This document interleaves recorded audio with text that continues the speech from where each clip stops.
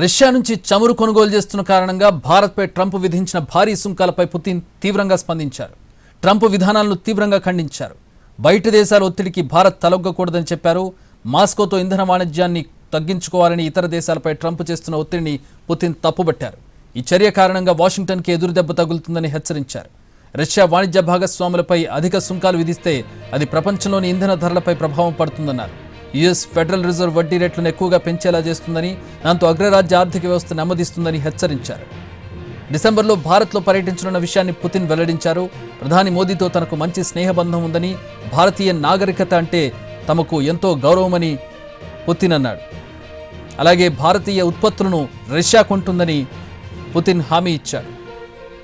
Indian pharma వ్యవసాయ ఉత్పత్తులను తాము కొంటామంటూ పుతిన్ హామీ ఇచ్చారు. అలాగే డిసెంబర్లో తన భారత పర్యటన ఉంటుందని పుతిన్ ప్రకటించారు. మోడీ సంగతి తనకు బాగా తెలుసని, ట్రంప్ ఒత్తిళ్లకు ఆయన తలొగ్గరని పుతిన్ ఆశాభావాన్ని వ్యక్తం చేశారు. రష్యా నుంచి చమురు కొనుగోలు చేస్తున్న కారణంగా భారత్పై ట్రంప్ విధించిన భారీ సుంకాలపై పుతిన్ ఈ విధంగా స్పందించారు. ట్రంప్ విధానాలను ఆయన తీవ్రంగా ఖండించారు. బయటి దేశాల ఒత్తిడికి భారత్ తలొగ్గదని తాను భావిస్తున్నట్టుగా చెప్పారు.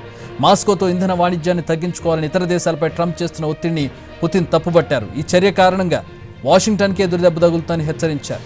రష్యా వాణిజ్య భాగస్వాములపై అధిక సుంకాలు విధిస్తే అది ప్రపంచంలోని ఇంధన ధరలపై ప్రభావం పడుతుందన్నారు. యుఎస్ ఫెడరల్ రిజర్వ్ వడ్డీ రేట్లను ఎక్కువగా పెంచేలా చేస్తుందని, దాంతో అగ్రరాజ్య ఆర్థిక వ్యవస్థ నెమ్మదిస్తుందని హెచ్చరించారు.